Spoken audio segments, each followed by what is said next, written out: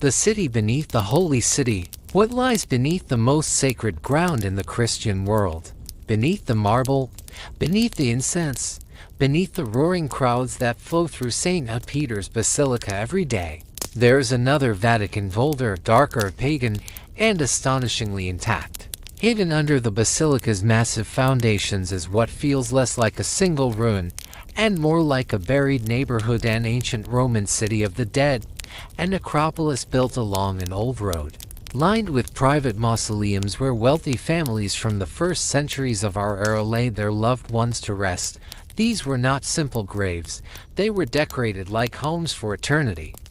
Painted walls, mosaic floors, carved inscriptions, and the quiet arrogance of Rome at its height. And then comes the detail that changes everything inside this underground labyrinth among pagan gods. Mythic scenes and symbols of the old empire. Early Christian marks begin to appear with strange overlap, a moment in history frozen in stone, where one world is dying and another is being born, to where the language of the old faith and the imagery of the new faith coexist in the same confined space, as if neither side fully understood what was coming next. At the heart of it all is a tomb that has been revered for nearly 2,000 years, an epicenter of devotion, hidden beneath layers of architecture, politics, and time. A place so charged with meaning that an entire basilica was built to stand directly above it, precisely aligned, as if the building itself is an arrow pointing downward into the earth. But the story doesn't stop at bones and burial chambers, because beneath the Vatican, the centuries didn't disappear, they stacked themselves. There are secret passages and escape routes used by popes when Rome turned violent. There are corridors designed for survival, not ceremony. There are archive vaults that hold the paper trail of empires, kilometers of documents, letters, trials, confessions, and decisions that shape the world.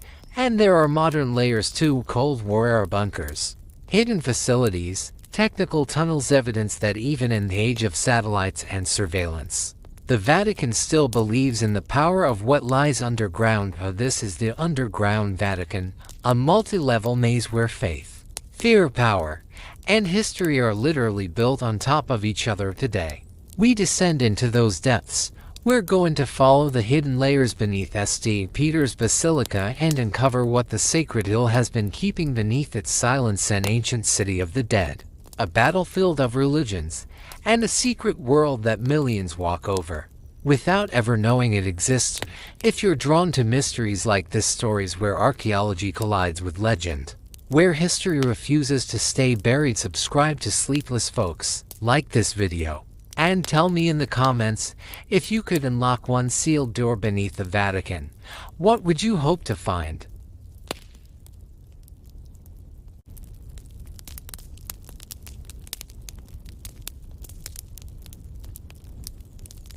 The big question, are these really St. Peter's remains? At the center of the underground Vatican lies a question that has echoed through centuries of faith, scholarship, and controversy. Are the remains discovered beneath St. Peter's Basilica truly those of the Apostle Peter, the fisherman from Galilee, the disciple of Christ, and the figure upon whom the Church claims its foundation was built? In the mid-20th century, this question moved from theology into archaeology. Human bones were uncovered in the exact location long identified by Christian tradition as Peter's burial place. The discovery was not dramatic or theatrical.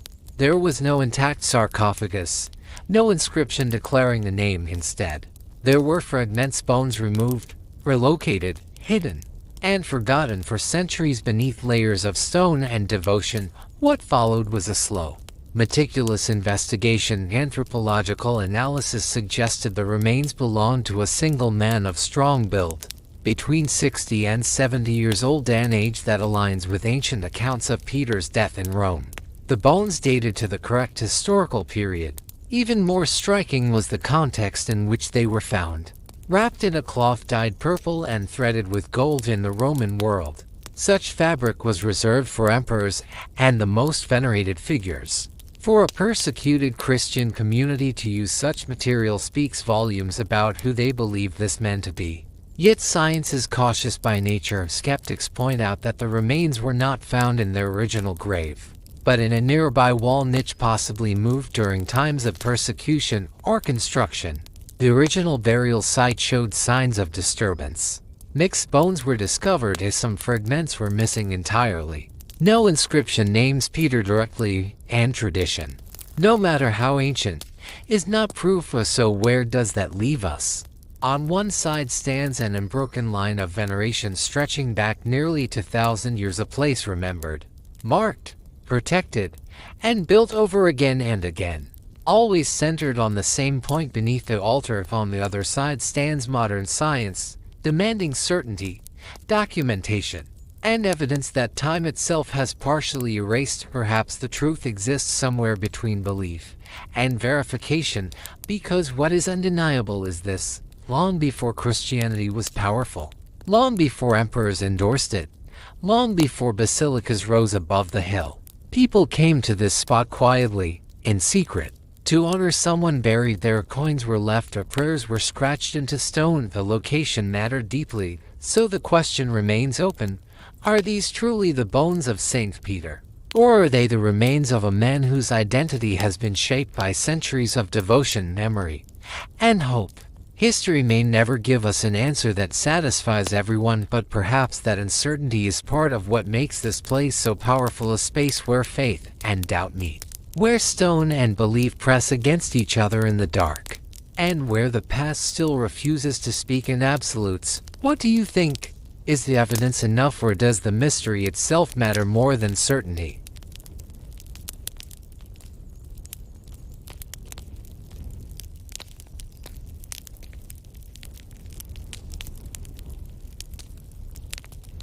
(1939), the accidental discovery beneath St. Peter's Basilica in the autumn of 1939. As Europe stood on the brink of catastrophe and the first shadows of World War II spread across the continent, quiet and routine work was underway deep beneath St. Peter's Basilica. Vatican laborers were preparing a burial site for the recently deceased Pope Pius XI, tasked with leveling the floor of the Vatican Grotto to create a dignified tomb beneath the great church. The work was unremarkable. The lighting was dim, the space was cramped. Centuries of stone and silence surrounded them. Nothing suggested that history itself was about to break open beneath their feet. Then, in a single moment, everything changed. A worker's crowbar struck the ground and echoed back, not with the dull resistance of packed earth, but with hollow space beneath. The sound was unmistakable. When the workers carefully removed the upper layer of soil, they uncovered a brick wall buried several meters below the basilica floor. It was not medieval masonry. It was not part of the known structure of the church. It was ancient. Specialists were summoned at once.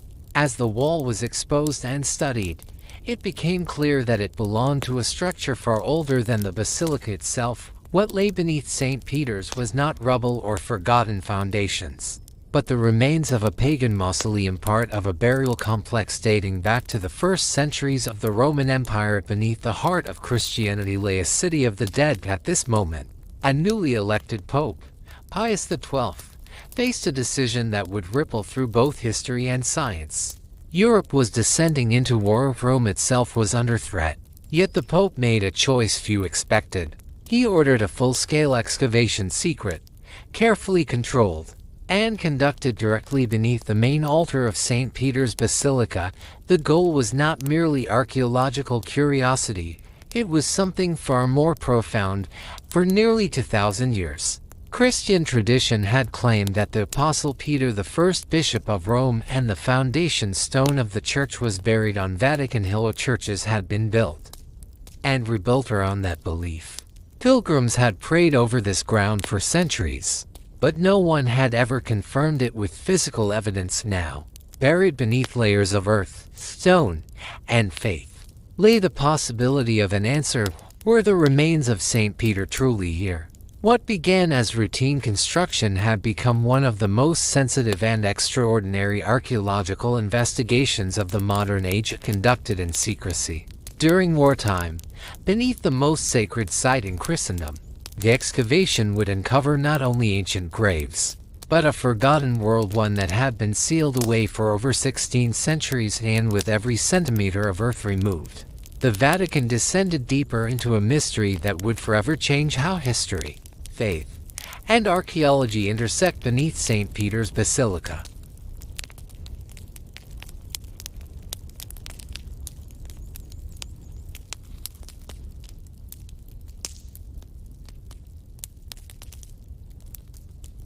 The secret excavation team, digging in silence, had to explore what lay beneath the heart of Christendom.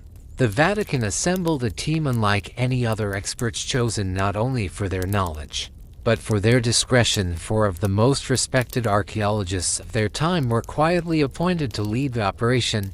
Antonio Frua, a renowned specialist in Roman catacombs, brought unmatched experience in underground burial sites. Enrico Josi, an authority on early Christian archaeology, understood the fragile boundary between pagan Rome and the emerging Christian world. Engelbert Kirschbaum, a Jesuit scholar with deep expertise in ancient religious structures, provided theological and historical insight. Alongside them worked Bruno Maria Polenghetti, an archaeologist and Vatican insider capable of navigating both science and church politics.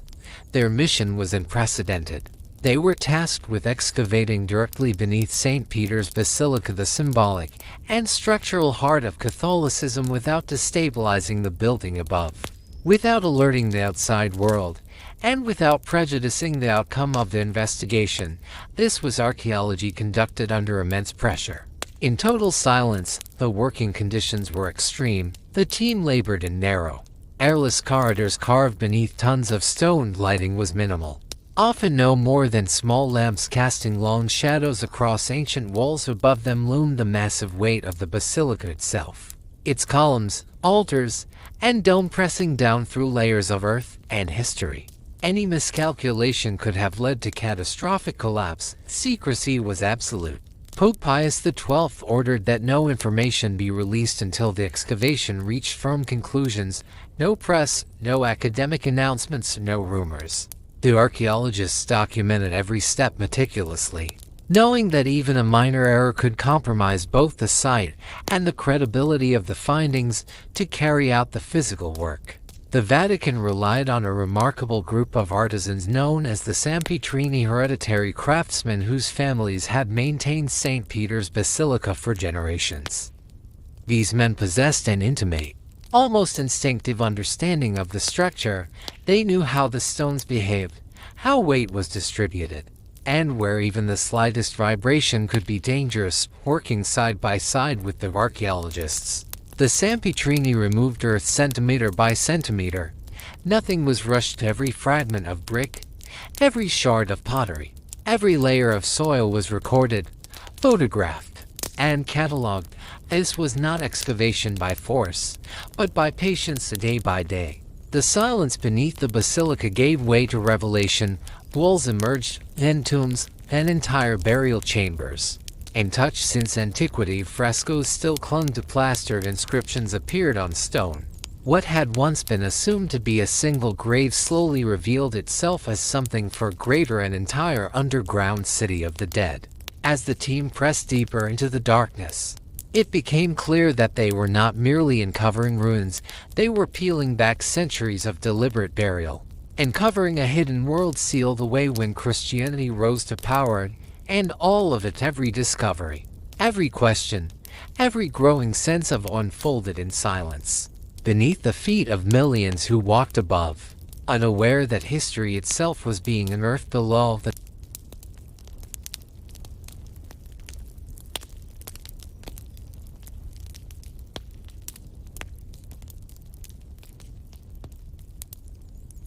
The Necropolis appears the street of the dead. The first structure to emerge from the darkness was modest in scale, yet extraordinary in implication. Archaeologists labeled it the mausoleum of the Statili family, an elegant Roman burial chamber dating to the 2nd century AD. Its walls were still adorned with faded frescoes and delicate stucco reliefs. Funeral urns rested quietly in wall niches, exactly where grieving relatives had placed them nearly 2,000 years earlier. At first, the discovery seemed remarkable enough on its own, But as the excavation widened, a far more astonishing truth revealed itself. This was not a single tomb. Beneath the floor of St. Peter's Basilica lay an entire underground city of the dead, stretching across dozens of meters. A Roman necropolis slowly emerged, a carefully planned burial district with multiple mausoleums aligned along a central passage. The archaeologists realized they were standing on what the ancient Romans once called a street of the dead. A funerary road lined with family tombs meant to preserve memory for eternity even as World War II tore Europe apart. The excavation continued in near total isolation in July 1943. While Allied bombers devastated Rome's rail yards and thousands of civilians were killed above ground, the team worked on beneath the basilica in silence. Explosions shook the city, sirens wailed, yet below, under layers of stone and earth, the work never stopped. For Pope Pius XII was unwavering for him.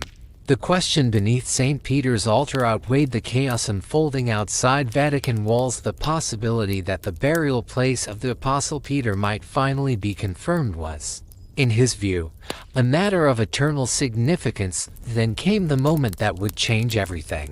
Directly beneath the high altar of the basilica, precisely where Christian tradition had placed Peter's grave for centuries, the archaeologists uncovered a simple earthen burial. No ornate sarcophagus, no grand monument, just a humble grave cut into the soil. Inside were human bones.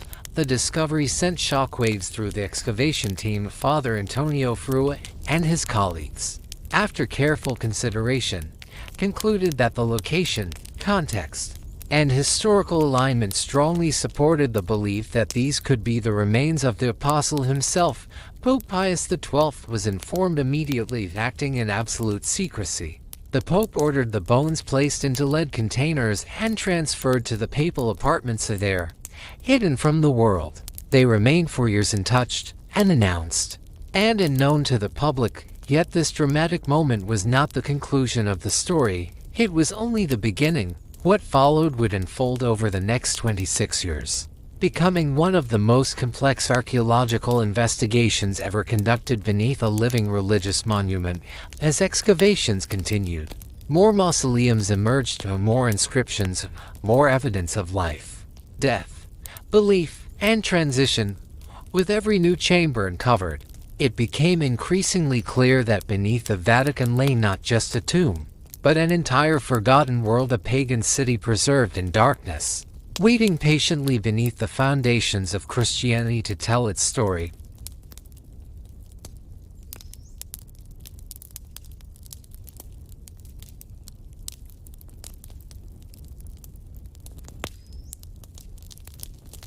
Why a necropolis here?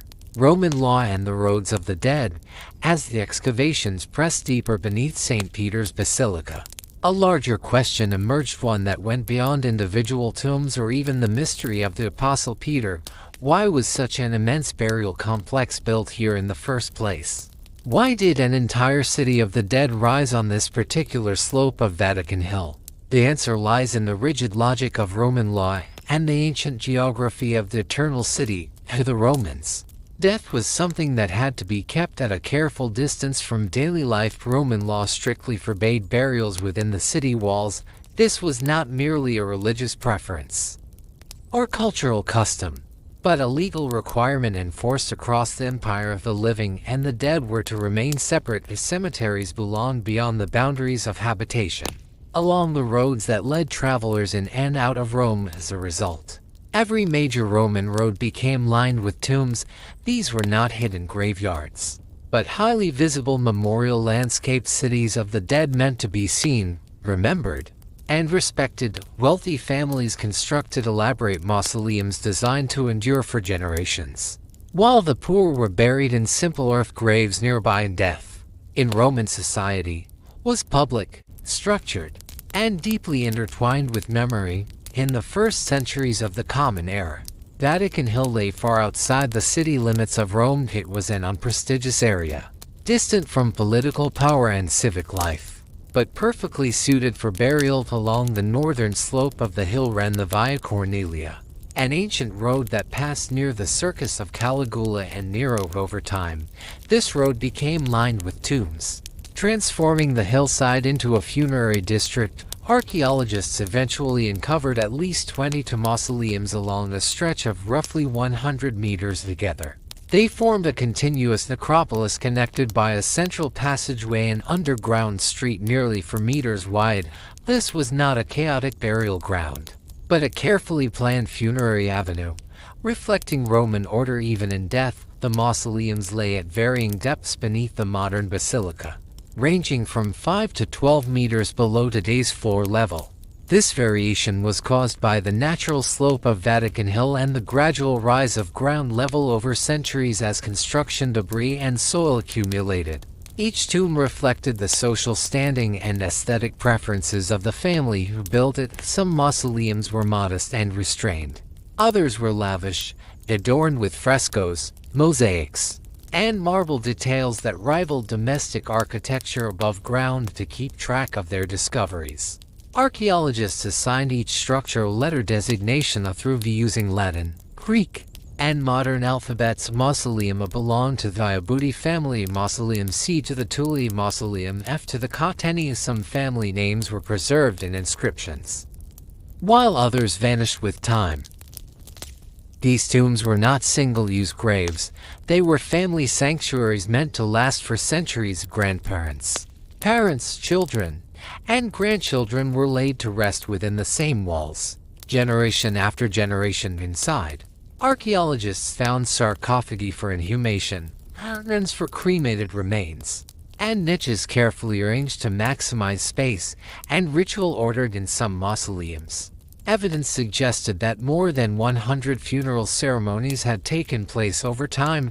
These spaces were not silent vaults, but living places of remembrance. Families returned regularly to honor the dead, make offerings, and share memorial meals. The floors of certain tombs still bore traces of these rituals: broken pottery, food remains, and coins cast as symbolic gifts to the departed. The central passageway functioned like a true Roman street. Mausoleums faced one another across the corridor, their entrances aligned toward the shared path.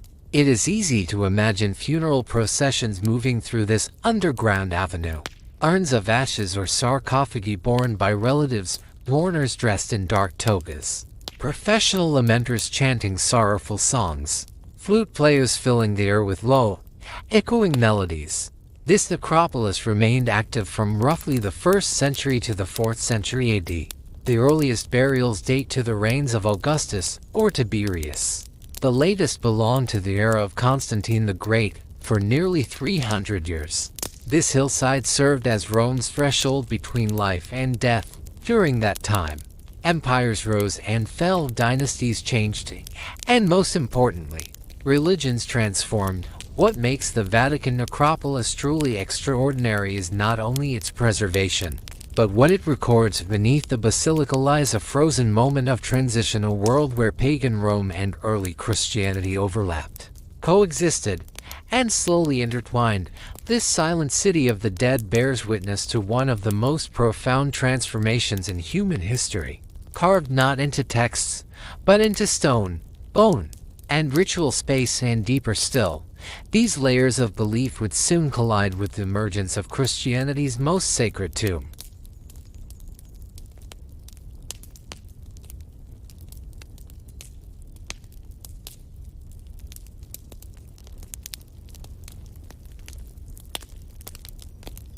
Buried to preserve. How Constantine sealed the necropolis.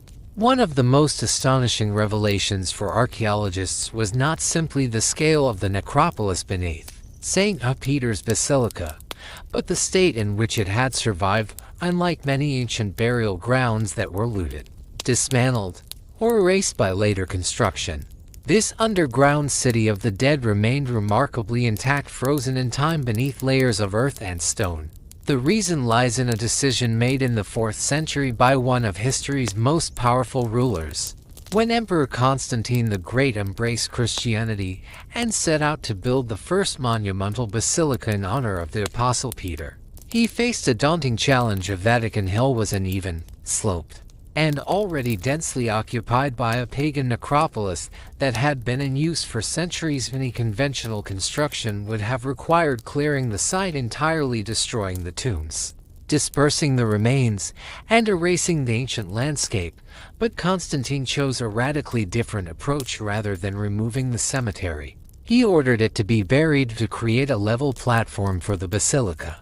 Workers carefully dismantled only the upper portions of the mausoleums, roofs, and decorative facades were removed. But the lower structures, the walls, chambers, sarcophagi, and burial niches were left untouched. Then, layer by layer, the entire necropolis was sealed beneath meters of earth, rubble, and construction debris. This was not a careless act of destruction, but an immense feat of engineering and restraint. The fill was compacted methodically to ensure stability, transforming the ancient cemetery into a massive artificial foundation. In doing so, the builders unintentionally preserved one of the most complete Roman necropolises ever discovered. The dead were not displaced, they were entombed within history itself, beneath the rising basilica. The pagan mausoleums became a hidden underworld, locked away from light, air, and human interference. Frescoes remained protected from weather, mosaics escaped erosion, inscriptions survived untouched by medieval hands. What might have been lost forever instead entered a long, silent sleep for more than 16 centuries. This buried city remained unknown above it. Empires rose and fell, medieval pilgrims walked unknowingly over ancient graves, Renaissance architects rebuilt the basilica yet again, still preserving the sacred alignment over Peter's tomb. Generation after generation passed, unaware that an entire Roman street lay intact beneath their feet. Ironically, what sealed the necropolis from memory is precisely what saved it. Constantine's decision made to honor a Christian apostle ensured the survival of a pagan world beneath Christianity's most important shrine. When chance finally revealed the necropolis in the 20th century, archaeologists were stunned to find not scattered ruins, but a coherent, undisturbed city of the dead. It was a rare moment in archaeology, a past not destroyed by progress, but protected by it. The basilica above became a symbol of spiritual triumph. The necropolis below became an unintentional time capsule, preserving the voices, beliefs, and rituals of ancient Rome, waiting patiently for the moment when history would once again descend into the darkness to listen.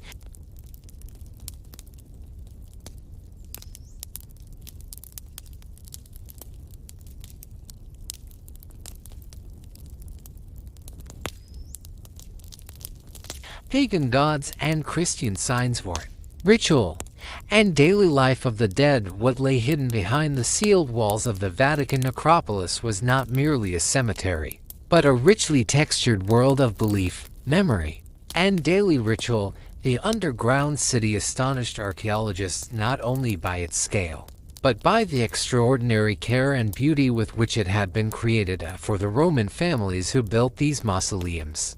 Death was not an ending, it was a transition into another mode of existence, one that deserved dignity, comfort, and meaning. Wealthy families spared no expense in preparing this final dwelling. The interiors of the mausoleums were adorned like private sanctuaries. Walls were covered with frescoes, ceilings painted with mythological scenes, and floors laid with intricate mosaics composed of thousands of tiny colored stones. Every surface spoke of intention. Nothing was decorative without purpose. Art here was language. Each image carried symbolic weight rooted in Roman ideas about the afterlife.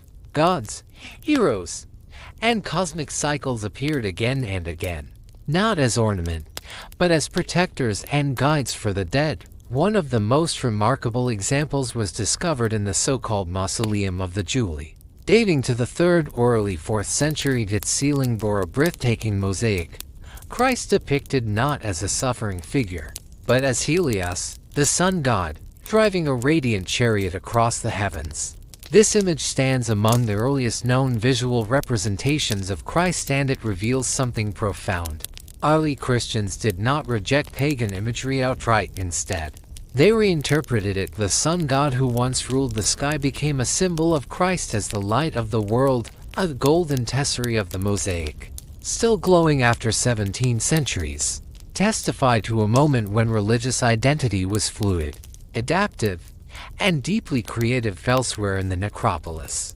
Frescoes depicted familiar myths. Persephone abducted by Pluto and taken to the underworld appeared on several walls. To the Romans, her story explained the cycle of seasons, death, and rebirth. It was a myth of loss and return, perfectly suited to a funerary context. Nearby stood Minerva, goddess of wisdom, and Jupiter, ruler of the gods, invoked as guardians of the soul and arbiters of fate. Yet these pagan figures did not exist in isolation. Christian symbols emerged quietly among them, woven into the same visual language. Laurel wreaths, ancient emblems of victory and immortality, were shared by both traditions. On one wall, Jonah emerged from the belly of the great fish, a powerful image for early Christians, symbolizing resurrection after 3 days in darkness. Dolphins, long associated with salvation and safe passage, intertwined with anchors. An early, discrete symbol of the cross. The floors of the mausoleums were masterpieces in their own right. Geometric patterns, floral designs, animals, and symbolic creatures spread across polished stone. In the mausoleum of the Valeri family, a peacock dominated the floor, a bird believed by Romans to possess flesh that did not decay, making it a natural symbol of immortality.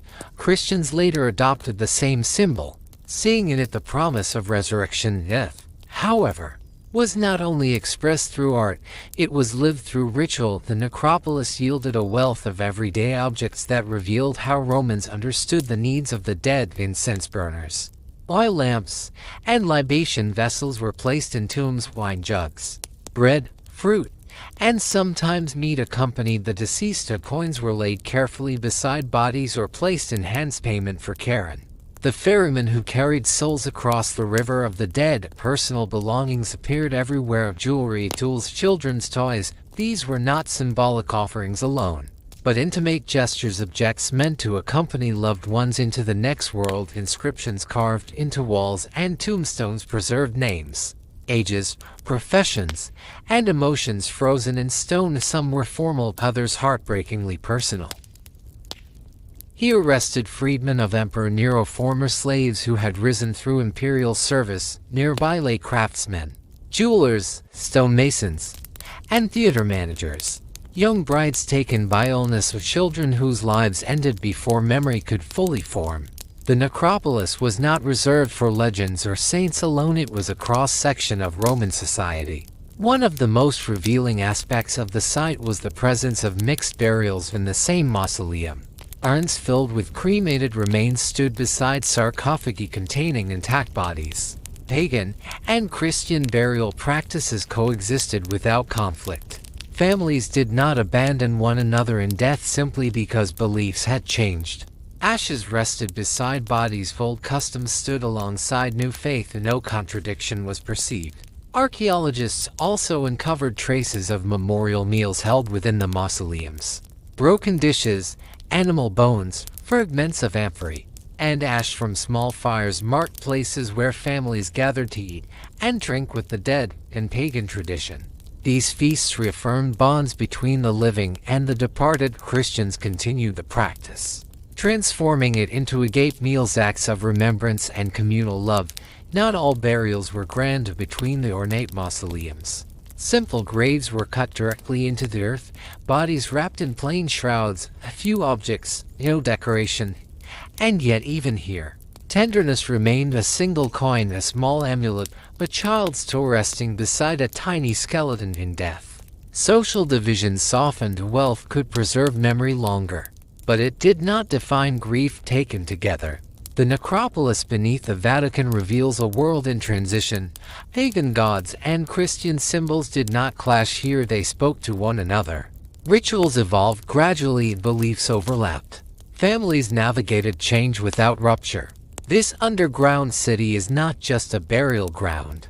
It is a visual record of how civilizations change, not through sudden replacement, but through quiet blending. Beneath the heart of Christianity lies proof that faith, like art, is often built layer by layer, absorbing the past even as it moves toward something new.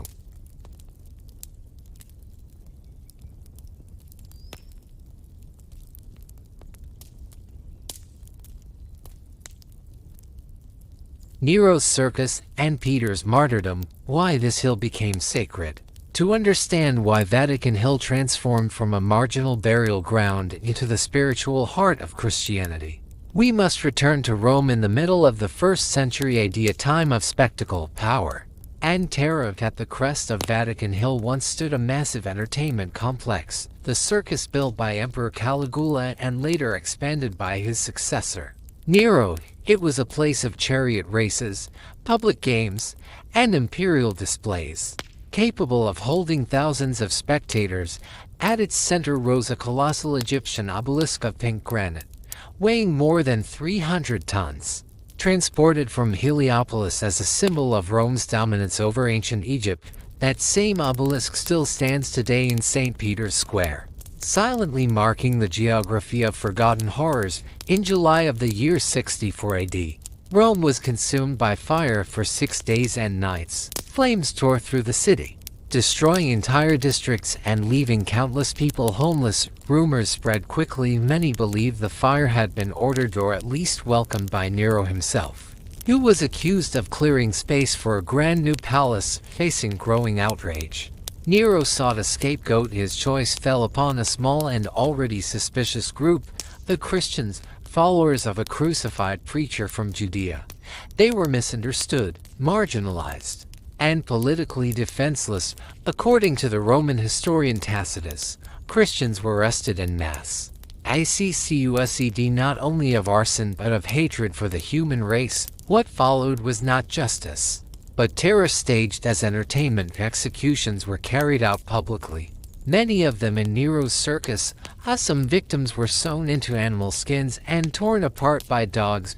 Others were crucified, as some were coated in flammable substances and set alight after sunset, their burning bodies illuminating imperial gardens while crowds watched.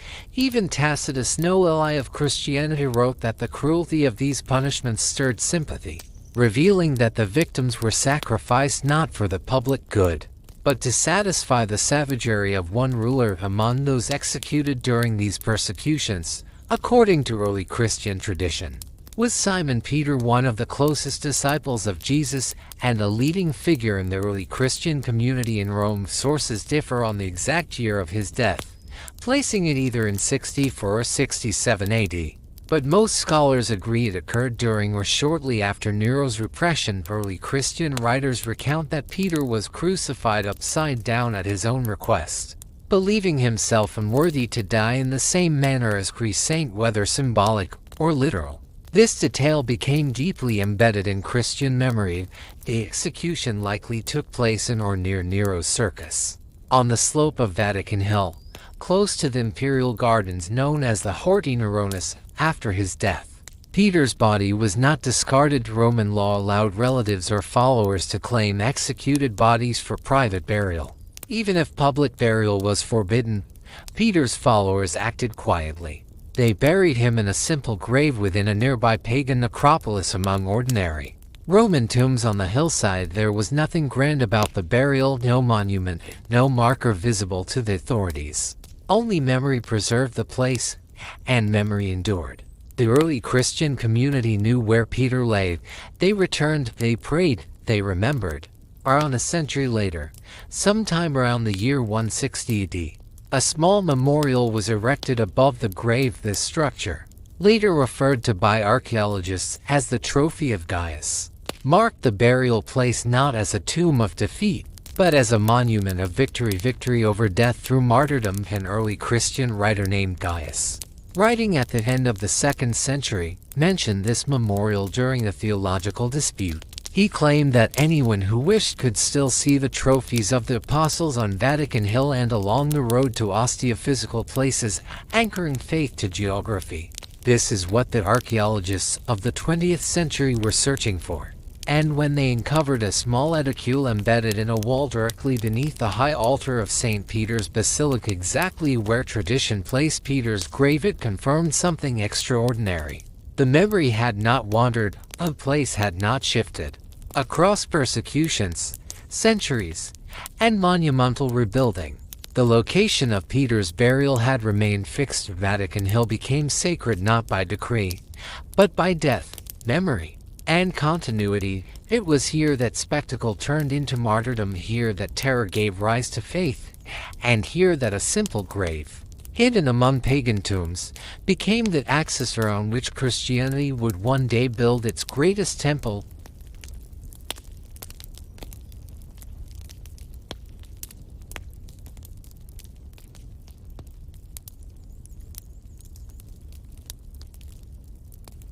The trophy of Gaius, the red wall, Wall G, and the graffiti of Pilgrims. What, exactly, had the archaeologists uncovered beneath the high altar of St. Peter's Basilica?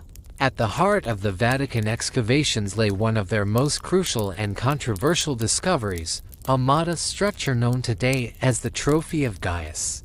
It was found precisely where Christian tradition had placed the burial of the Apostle Peter for nearly 17 centuries, directly beneath the central axis of the basilica. Aligned with every altar that had stood above it since antiquity, the structure was dated to the middle of the 2nd century AD. Perfectly matching the description given by the early Christian writer Gaius, it was not a grand tomb, but a small commemorative monument, simple, deliberate, and unmistakably intentional. Archaeologists identified it as a niche-like shrine embedded within a distinctive red-painted wall. Soon known simply as the Red Wall, this wall was constructed around the year 145 AD, not as part of the surrounding pagan necropolis, but as a deliberate boundary. It marked the grave of Peter as something set apart. While Roman tombs surrounded it on all sides, the Red Wall created a sacred enclosure, quietly separating the apostle's burial from the ordinary city of the dead. Within the wall was a shallow niche. In front of it once stood two small columns supporting a marble slab, an arrangement that closely resembled a miniature altar or temple for Wade. Here, early Christians likely gathered to pray, to remember, and to celebrate liturgy in secret, honoring the man they believed to be the first bishop of Rome. About a century later, around the middle of the 3rd century, the structure was reinforced. A second wall, designated by archaeologists as Wall G, was added directly in front of the Red Wall. Its purpose was practical: to stabilize and protect the growing shrine as foot traffic increased and devotion intensified. But Wall G would become even more significant for another reason. Its surface was covered with graffiti, scratched hurriedly into the plaster by pilgrims over generations. These inscriptions were written in Greek and Latin. They included names, short prayers, pleas for intercession, and invocations for the dead.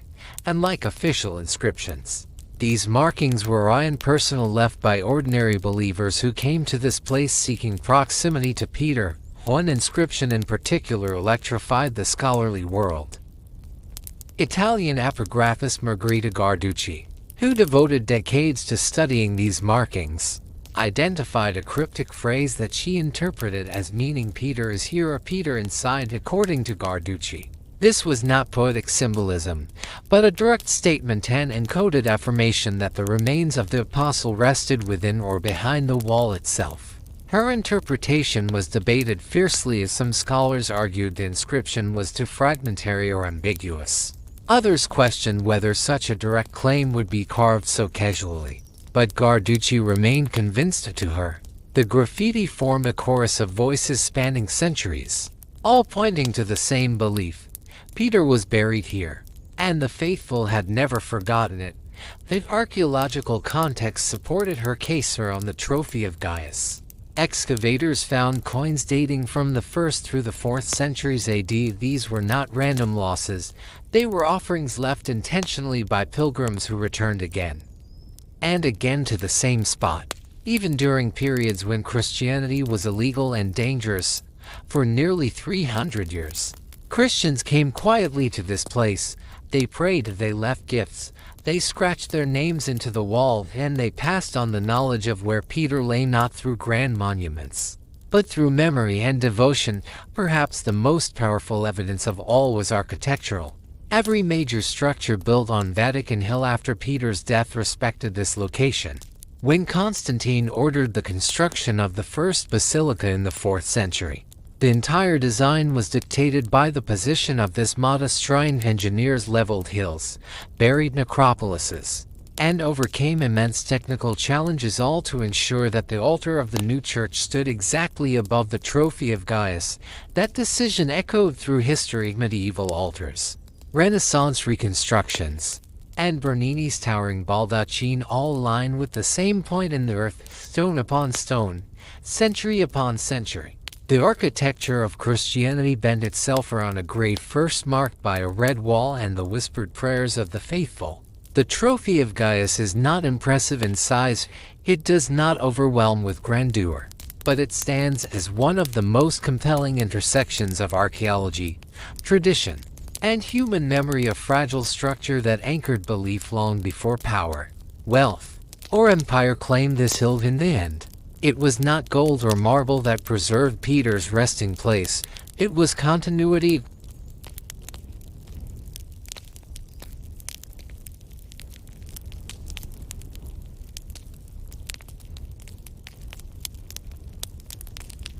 Constantine builds above the tomb, the foundation of a world religion, at the dawn of the 4th century. The Roman world stood at a turning point. Christianity, once persecuted and driven underground, was emerging into the light of imperial favor. At the center of this transformation stood Emperor Constantine the Great, whose decisions would permanently reshape both Rome and the Christian faith itself.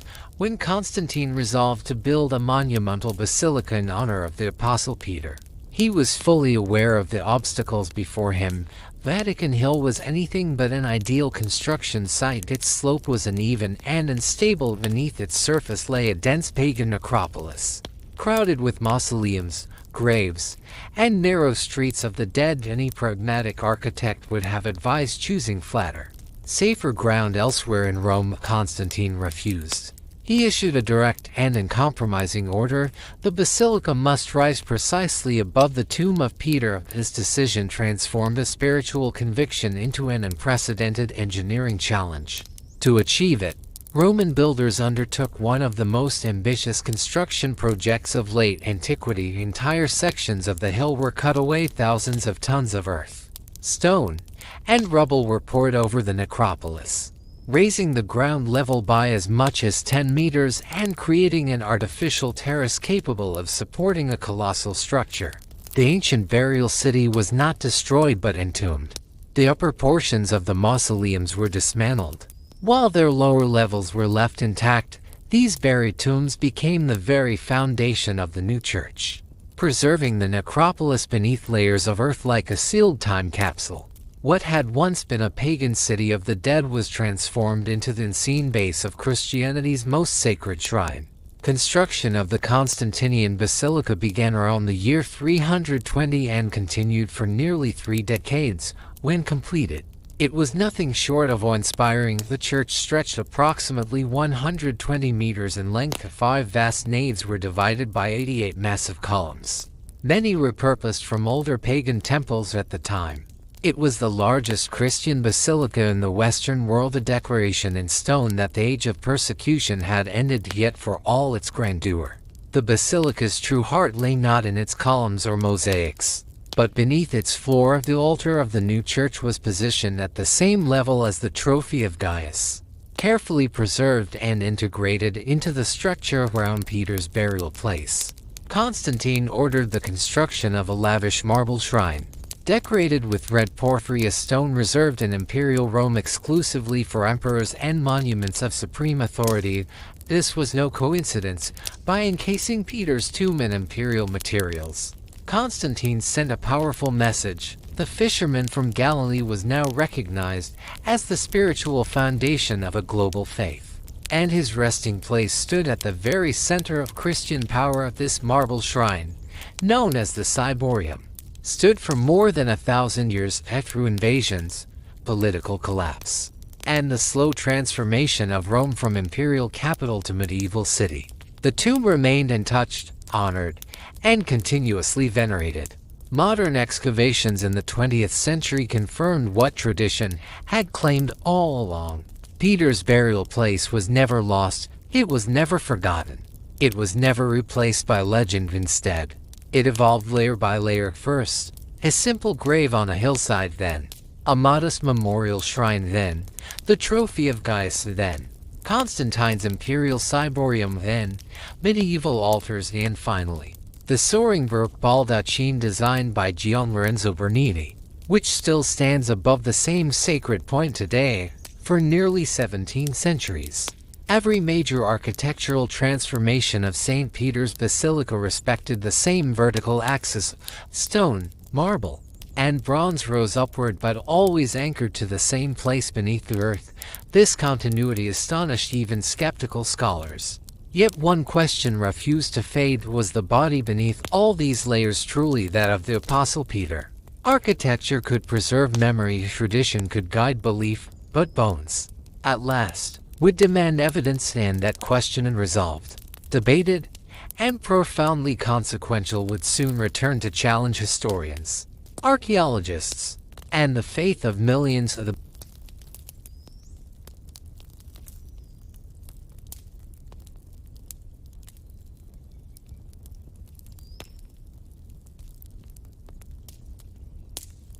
bones. A 26-year archaeological detective story. The discovery of the bones believed to belong to the Apostle Peter did not bring immediate clarity. Instead, it opened one of the most complex and controversial investigations in modern archaeology, one that would unfold slowly, quietly, and often imperfectly over more than a quarter of a century.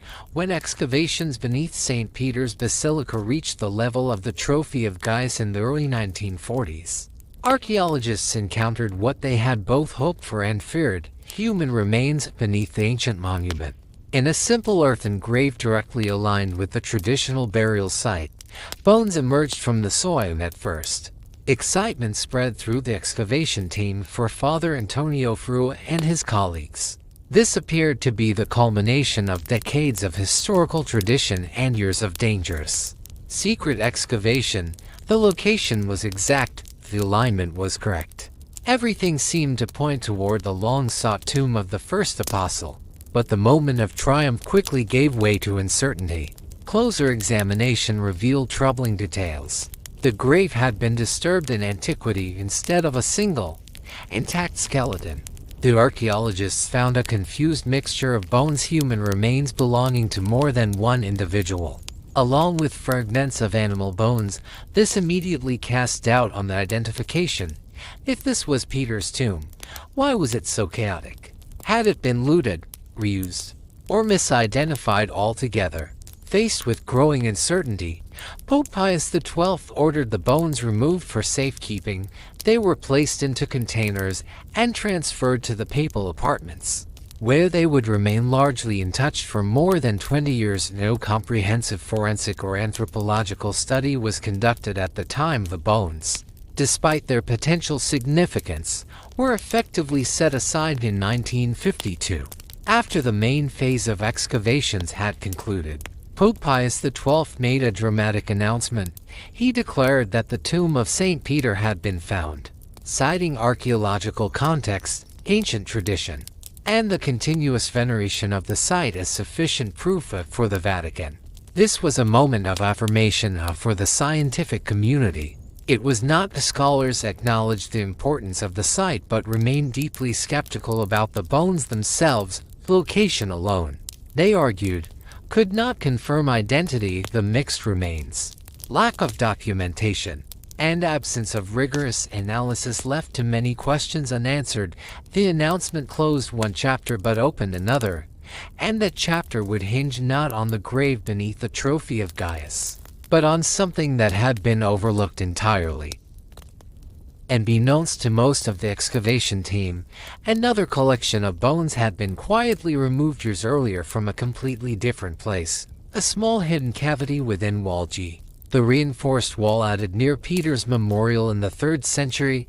These bones had been boxed, labeled vaguely, and stored in a Vatican storeroom, forgotten by nearly everyone for over 2 decades. They remained unnoticed. The true investigation was only just beginning.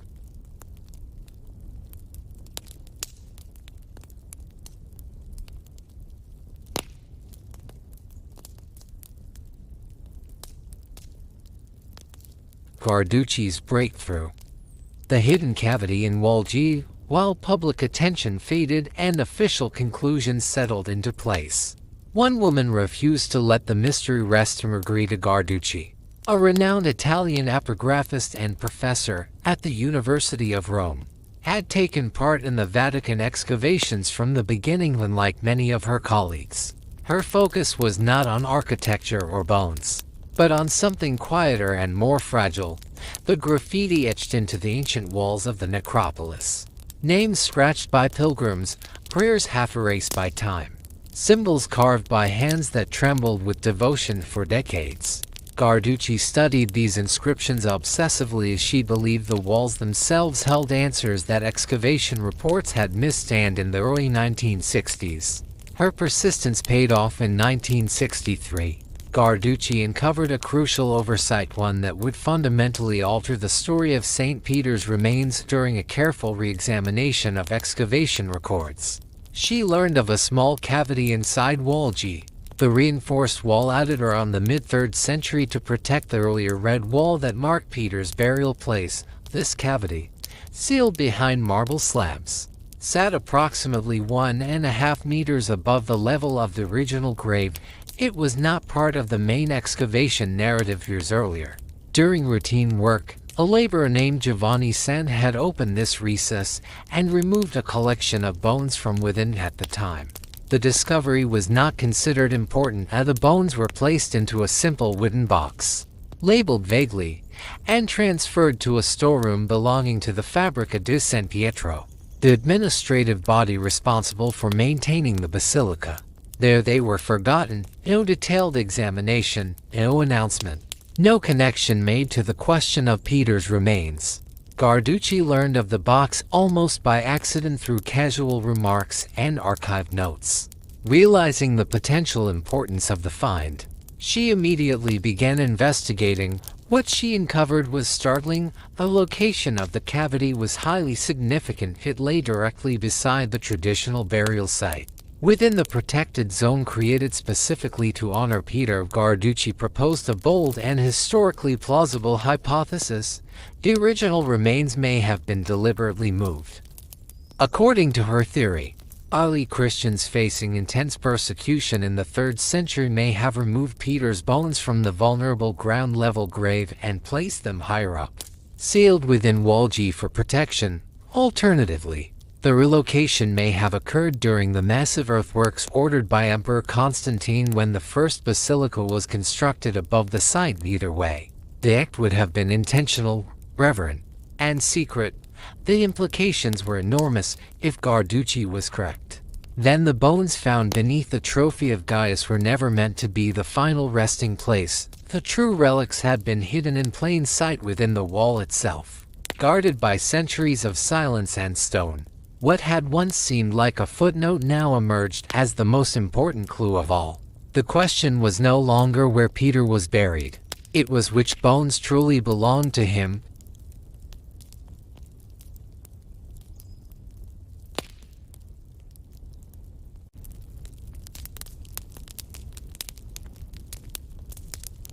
The scientific case: purple cloth, each, and a missing detail. Once the forgotten bones from the cavity in wall G were finally taken seriously, the investigation entered its most decisive phase with the permission of Pope Paul VI.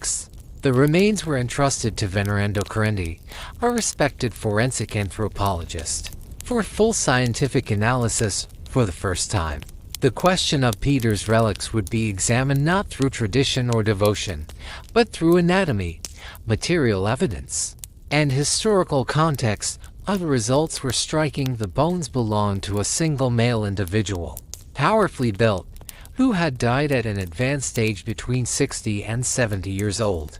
Anthropological indicators placed his death firmly in the 1st century AD. This profile aligned uncannily well with what is known about Peter from historical and early Christian sources. A fisherman from Galilee, accustomed to physical labor, who spent decades traveling and preaching before his execution in Rome during the reign of Nero. But the bones themselves were only part of the story. Wrapped around them was something even more extraordinary. The remains had been enclosed in a purple cloth interwoven with threads of gold.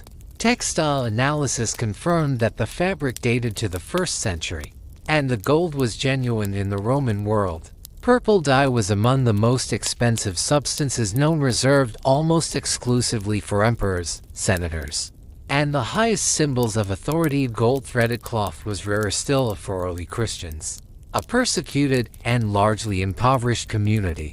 Such a burial would have been an immense sacrifice. The cloth suggested not wealth, but reverence. Whoever had wrapped these bones had done so deliberately, honoring the individual as someone of the highest possible importance. If this were Peter, the foremost apostle and spiritual leader of the early church, then such care made sense. It was not a display of luxury, but an act of devotion meant to elevate the dead beyond ordinary status. Then came the detail that unsettled many researchers. The bones of the feet were missing at first glance. This absence raised doubts, but Guarducci offered a chillingly plausible explanation rooted in Roman execution practices. During crucifixions, victims' feet were often nailed directly to the wooden support. When bodies were removed quickly, especially under fear of arrest or further persecution, the feet could be left behind, still pinned to the cross, and simply severed to retrieve the rest of the body if Peter's followers buried him in haste. Under the shadow of Nero's terror, the absence of the foot bones was not suspicious. It was consistent. Taken together, the evidence formed a compelling constellation. A 1st-century man of the right age and physical build, remains placed precisely beside the traditionally venerated tomb, wrapped in imperial-quality cloth despite the poverty of the community, and bearing anatomical details compatible with crucifixion. In 1968, Pope Paul VI addressed the world, drawing on the archaeological context, the anthropological findings, the textile evidence, and the unbroken tradition of veneration at this exact site. He officially declared that the remains of the Apostle Peter had been identified for the Vatican. The case was closed. For the scientific community, the discussion was far from over. Some scholars remained cautious, pointing out the limits of ancient forensic analysis and the impossibility of absolute certainty without genetic comparison. Others argue that history rarely offers proof this convergent, this coherent, across so many independent lines of evidence, and so the bones beneath St. Peter's Basilica occupy a rare space between faith and science, where neither can fully silence the other, whether one accepts the conclusion or not. The case stands as one of the most extraordinary archaeological investigations ever conducted, a search for a single man, buried among pagans, hidden in stone, guarded by tradition, and rediscovered nearly 2,000 years later beneath the heart of Christianity itself.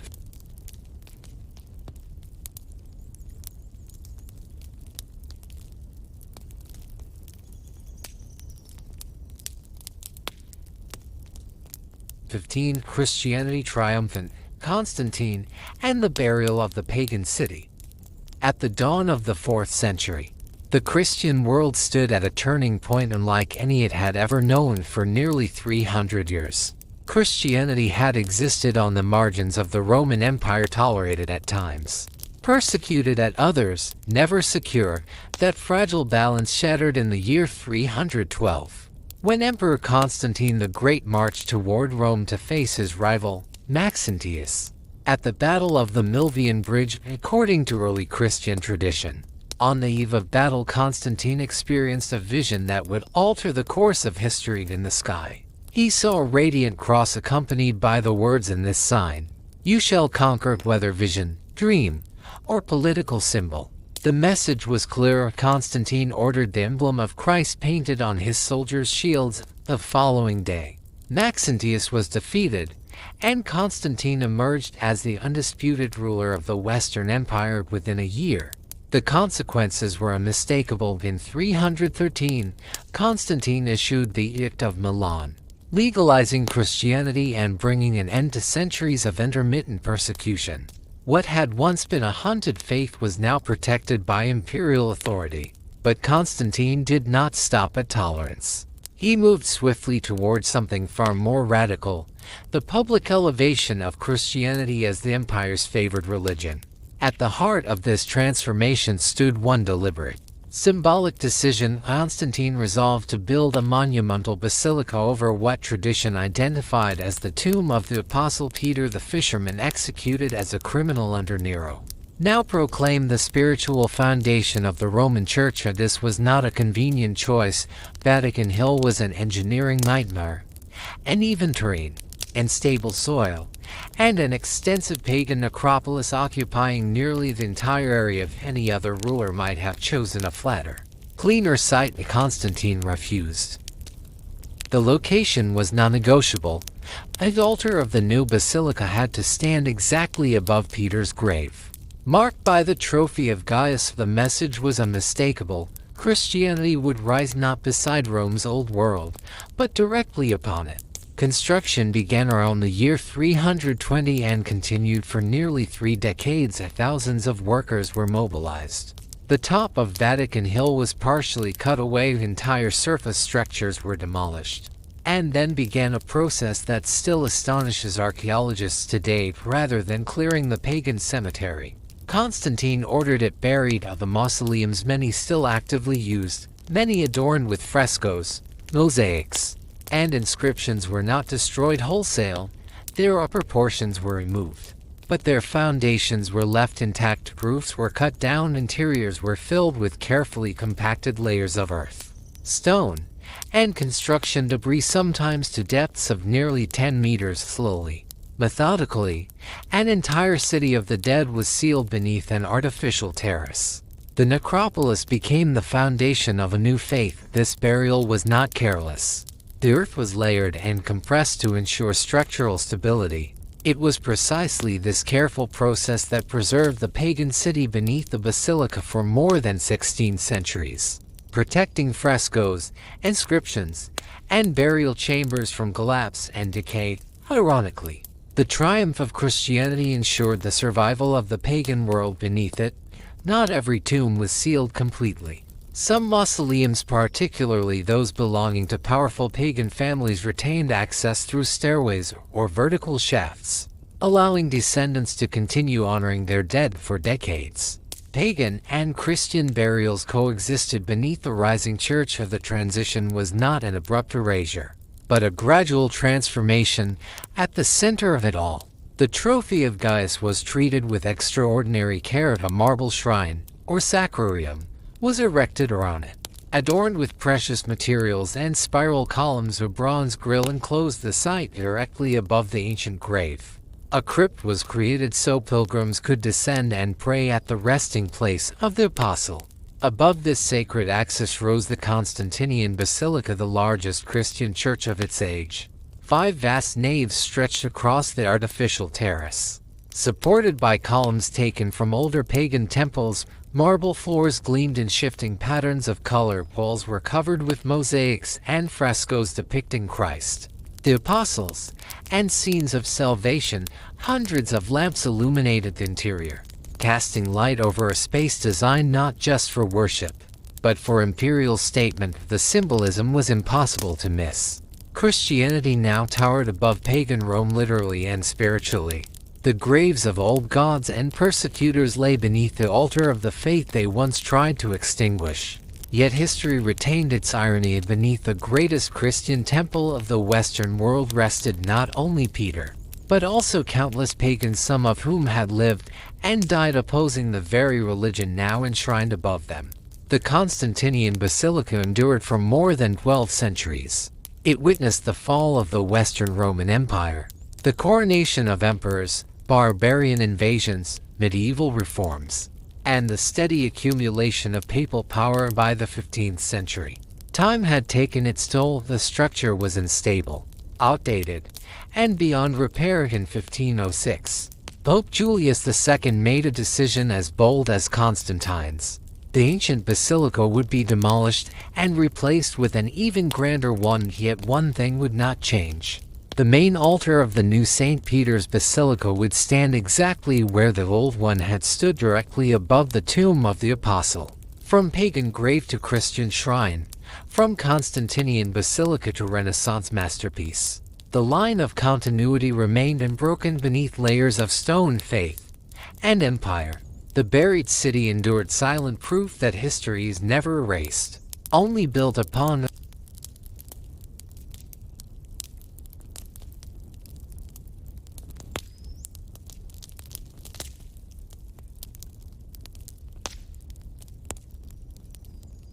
A transition frozen in stone, pagan and Christian together. One of the most unexpected revelations to emerge from the Vatican excavations was not a single tomb or artifact, but a pattern repeated again and again, etched into stone, plaster, and ritual beneath the basilica. Archaeologists found burial spaces where pagan and Christian symbols existed side by side, not in conflict, but in quiet coexistence.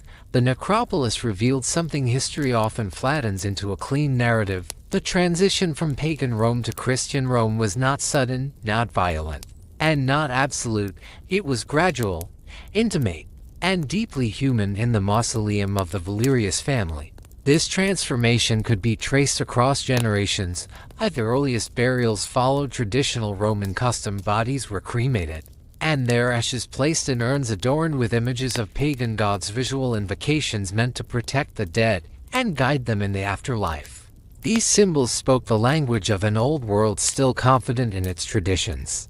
The next generation told a different story. Within the same mausoleum, archaeologists found a mixture of practices. Some individuals were cremated, others buried intact in sarcophagi. An emerging Christian preference. Pagan imagery still adorned the walls, yet subtle changes appeared in inscriptions and iconography.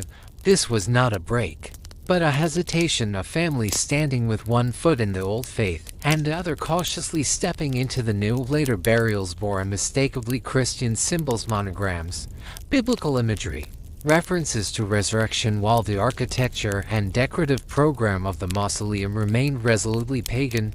No one demolished the old gods, no one erased the past. Instead, meanings shifted.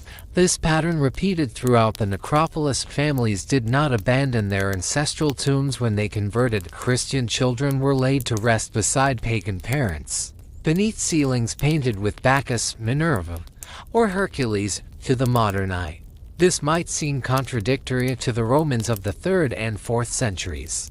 It was not a death united families more powerfully than belief divided them. The symbols themselves became bridges rather than barriers. Early Christians showed remarkable adaptability, repurposing familiar imagery and filling it with new meaning. The grapevine, once a symbol of Bacchus and earthly pleasure, became Christ the true vine. A shepherd carrying a sheep could signify pagan philanthropy, or the Christian good shepherd. An anchor, long a symbol of hope, became a discrete image of the cross.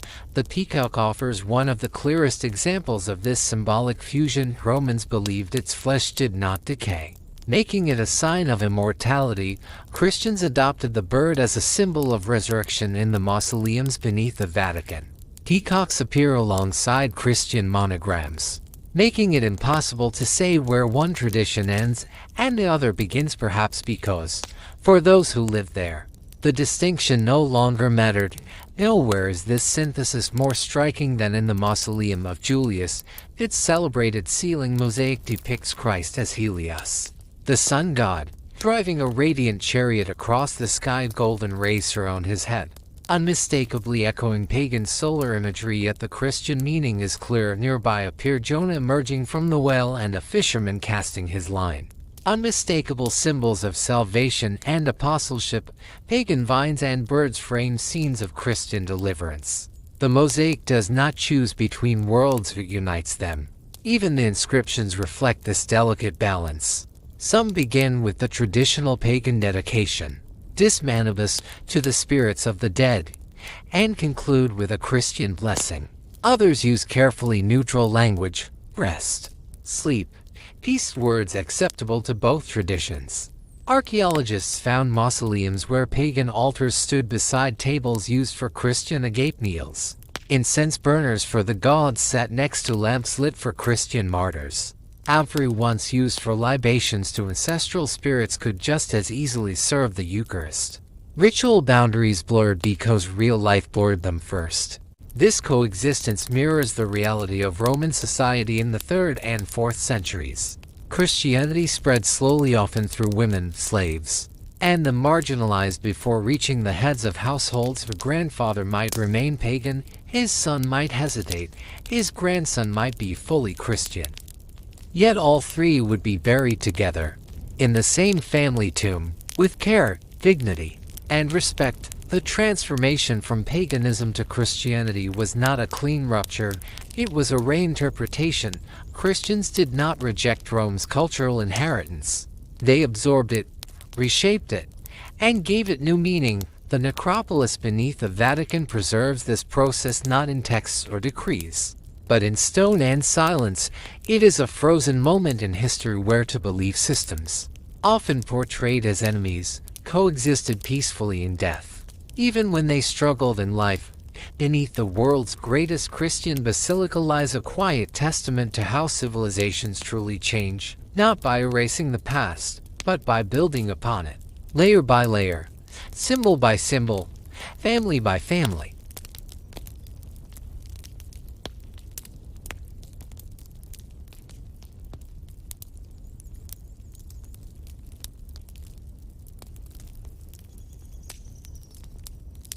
The escape corridor, the Passetto, and the Pope's flight.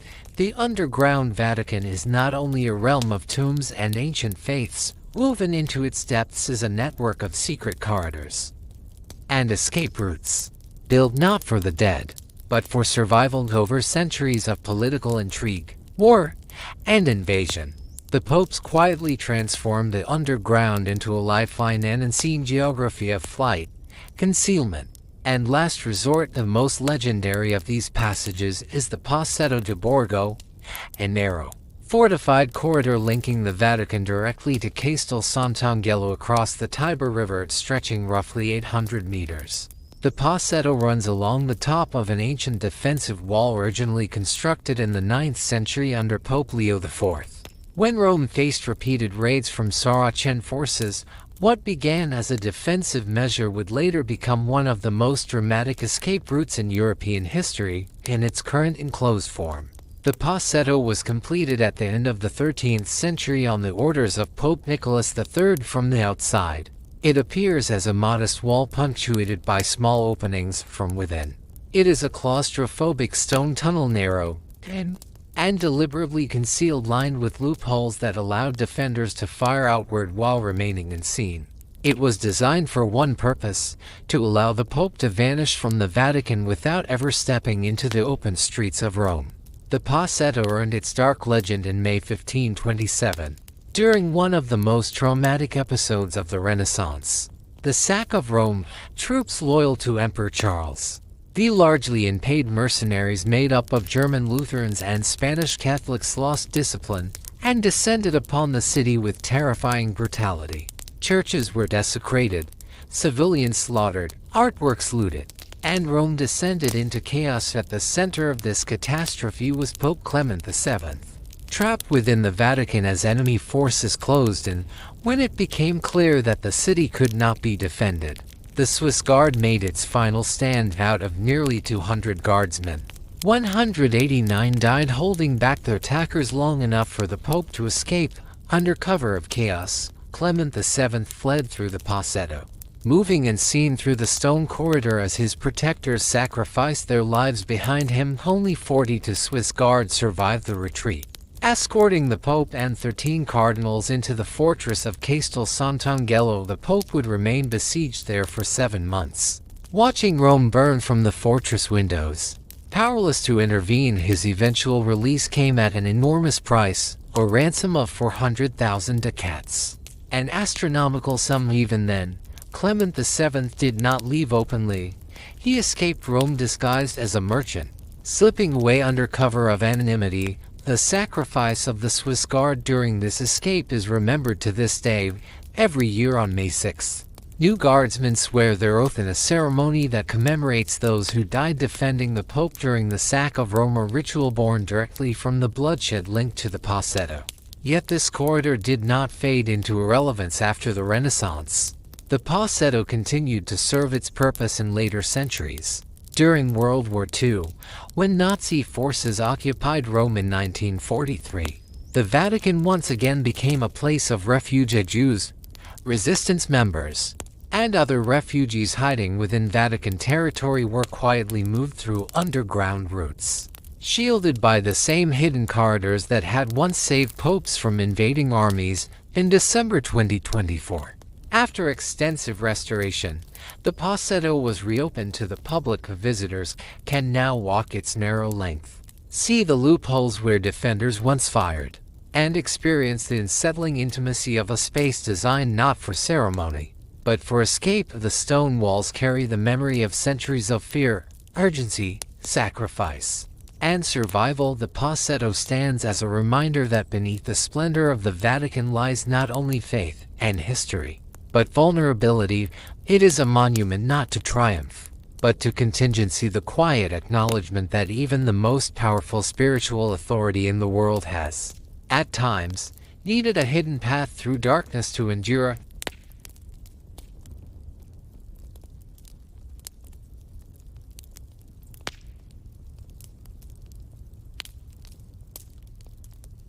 The hidden Vatican bunkers, vaults, animals, and forgotten corridors. The Passetto may be the most famous passage beneath the Vatican, but it is only a single thread in a far larger and far more complex underground web.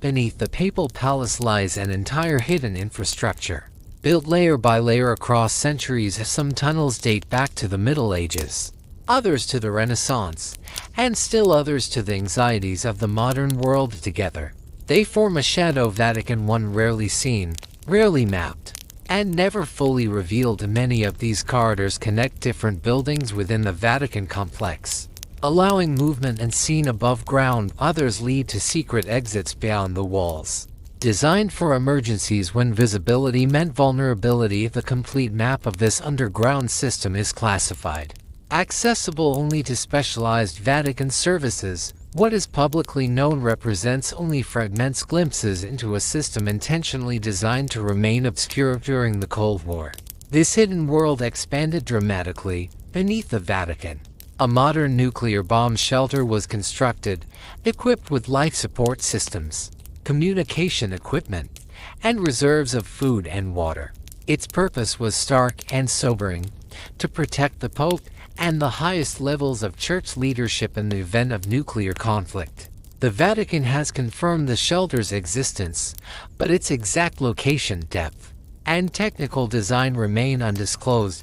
In this layer of the underground, medieval stone meets 20th century fear. The underground Vatican is not a single structure but a stratified landscape, where ancient Roman necropolises coexist with medieval escape tunnels, Renaissance vaults, and Cold War fortifications. Each era added its own solutions to its own threats, and yet, there are zones within this labyrinth where archaeologists have never set foot, corridors known only through old references, rumors, or accidental discoveries.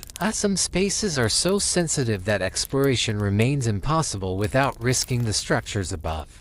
Many lesser-known underground rooms were discovered purely by chance during renovations, repairs, or modernization projects. A broken floor, a collapsed wall, an unexpected void would suddenly reveal a forgotten corridor or sealed chamber. Each discovery hinted at how the underground was used not only for escape, but for storage, concealment, and survival during moments of crisis. In the 16th century, when the papacy faced wars, invasions, and political instability, an entire system of secret rooms and vaults was constructed beneath the Vatican Palace.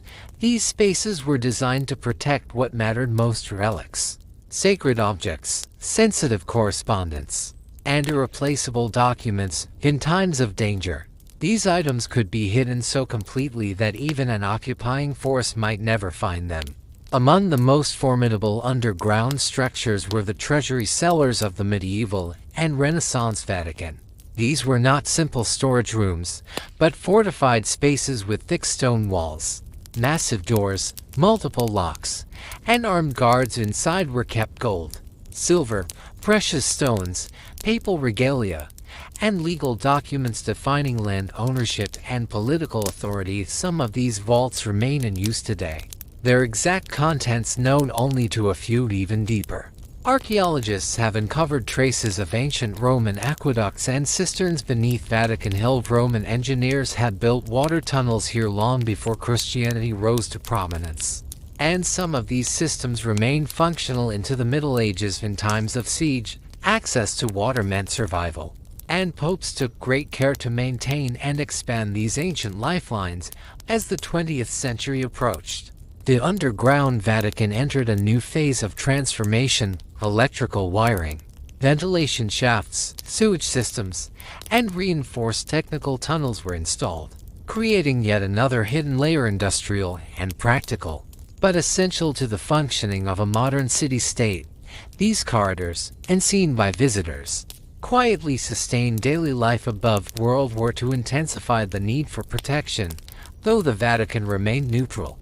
Rome was bombed in 1943, and several explosions landed dangerously close to papal territory in response.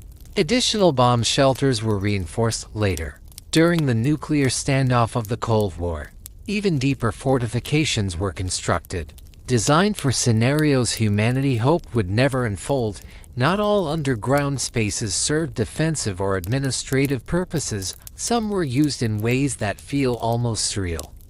During the Renaissance, popes received exotic animals as diplomatic gifts from foreign rulers. Lions, leopards, and even an elephant were housed in specially constructed underground enclosures beneath the Vatican gardens. These animals were symbols of power, wealth, and global reach, living trophies kept beneath the spiritual heart of Christianity today. The underground continues to serve quieter functions. A vast museum storage facilities lie below ground, preserving tens of thousands of artworks, sculptures, and artifacts that cannot be displayed publicly. These spaces are carefully climate-controlled, ensuring stable temperature and humidity for objects spanning millennia of human history. Yet despite centuries of use and study, much of the underground Vatican remains unexplored. In the 1990s, during renovations of the heating system, workers uncovered a previously unknown corridor dating back to the 15th century. Its destination and original purpose were never determined. Rather than being excavated, it was simply absorbed into the modern technical network. And this raises an unsettling possibility. If such corridors can still be discovered by accident, how many more lie hidden beneath the papal palace? The underground Vatican is not merely a place, it is a palimpsest of fear, faith, power, and adaptation. A city beneath a city, where history does not rest quietly, but waits sealed behind stone walls, beneath sacred floors, in corridors no one remembers building.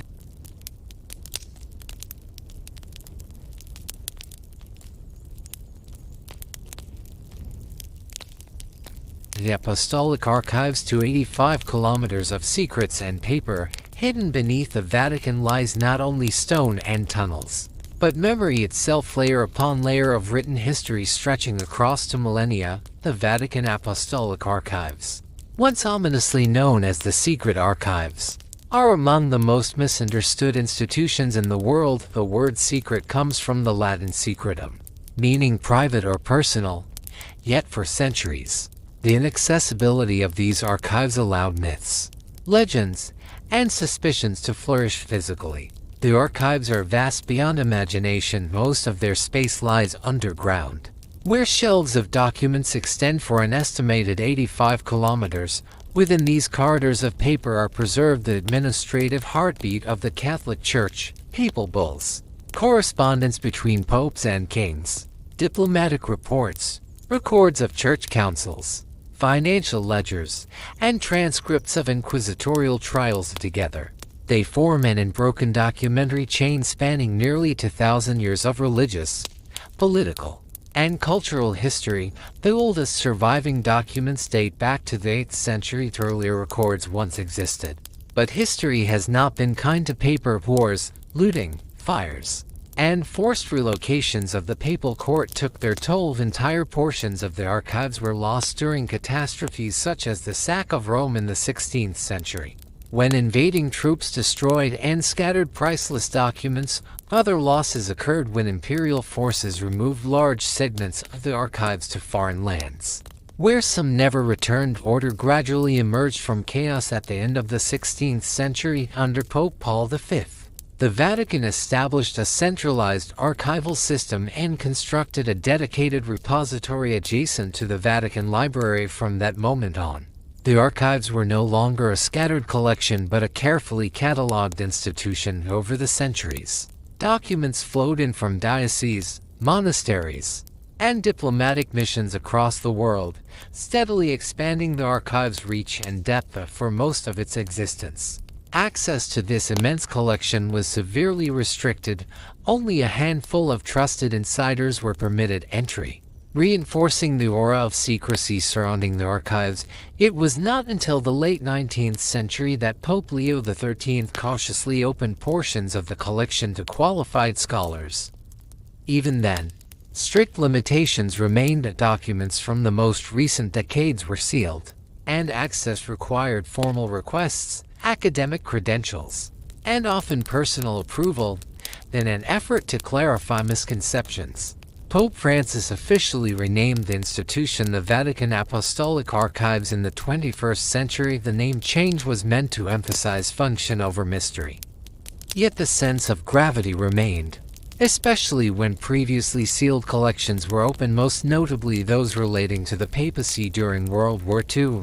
These documents attracted intense scrutiny, as historians sought clarity on the Vatican's actions during one of humanity's darkest chapters. The physical environment of the archives reflects their importance.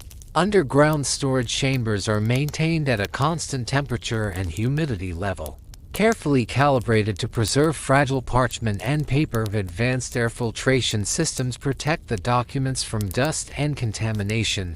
Fire suppression relies on inert gas rather than water, ensuring that a single emergency does not destroy centuries of irreplaceable history. Documents are housed in towering steel shelving systems that descend deep below ground. Some manuscripts are stored in sealed containers filled with inert gas. The most delicate parchments are layered between sheets of acid-free paper.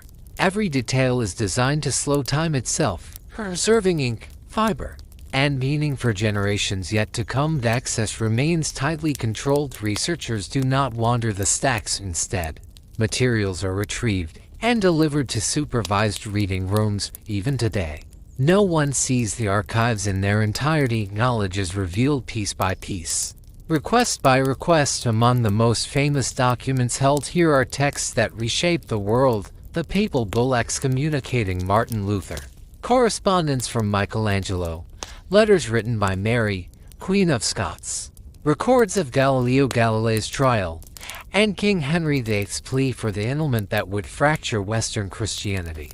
These are the dramatic moments, but they are only a fraction of the collection. The majority of the archives consist of what might seem mundane appointments of bishops, tax records, property disputes, financial accounts, administrative decrees, and yet, it is precisely these ordinary documents that historians treasure most. Through them, scholars reconstruct the daily rhythms of power, belief, conflict, and compromise. They reveal not legends, but lives. The Apostolic Archives are not a vault of forbidden truths waiting to shock the world. They are something quieter and perhaps more powerful: the continuous record of human ambition, faith, fear, error, and persistence. 85 kilometers of paper, silently bearing witness to how history was made. One letter, one decree, one signature at a time.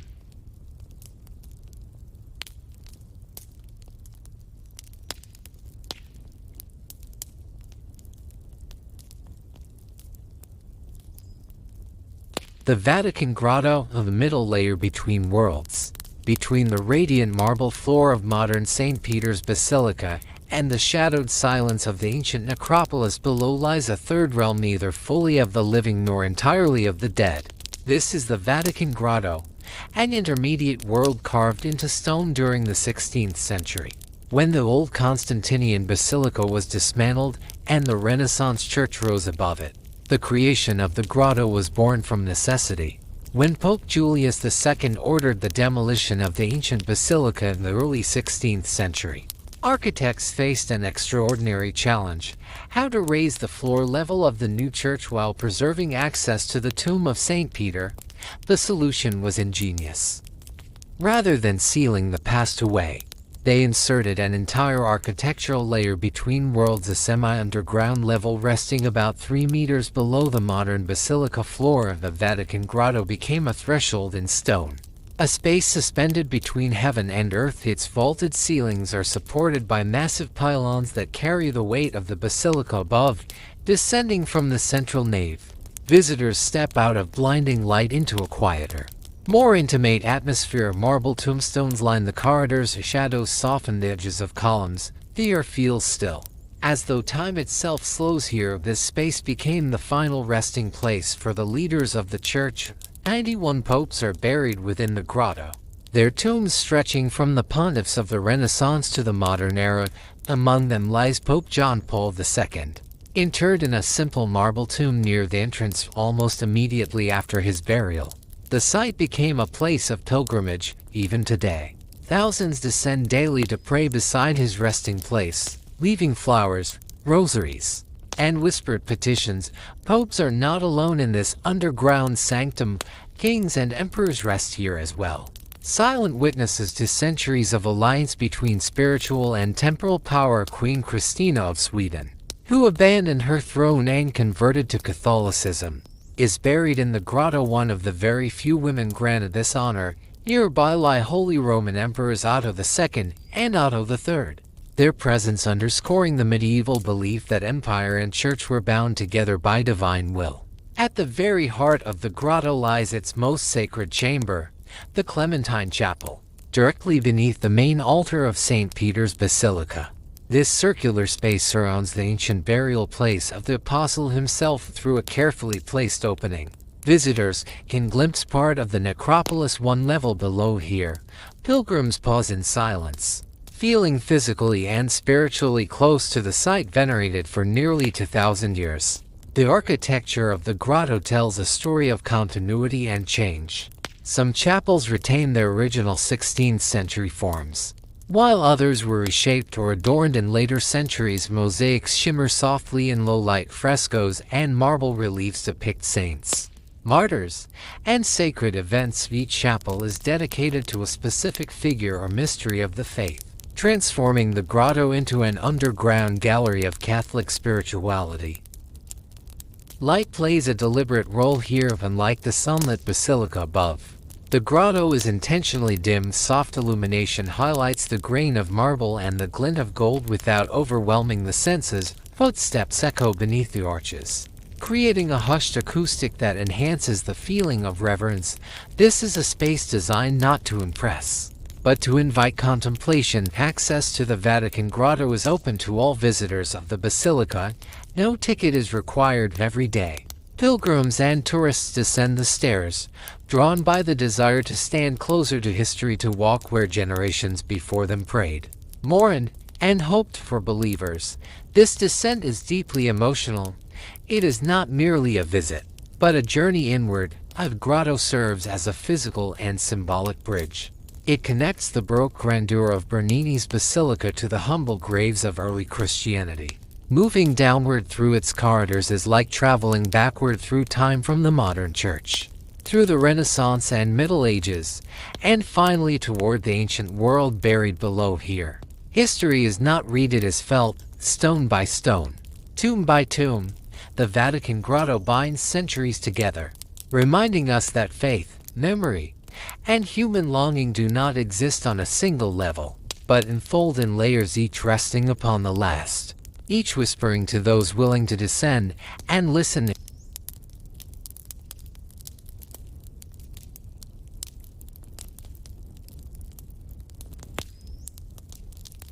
Via Triumphalis, the second Roman necropolis beneath the Vatican. In the early years of the 21st century, history revealed itself once again by accident.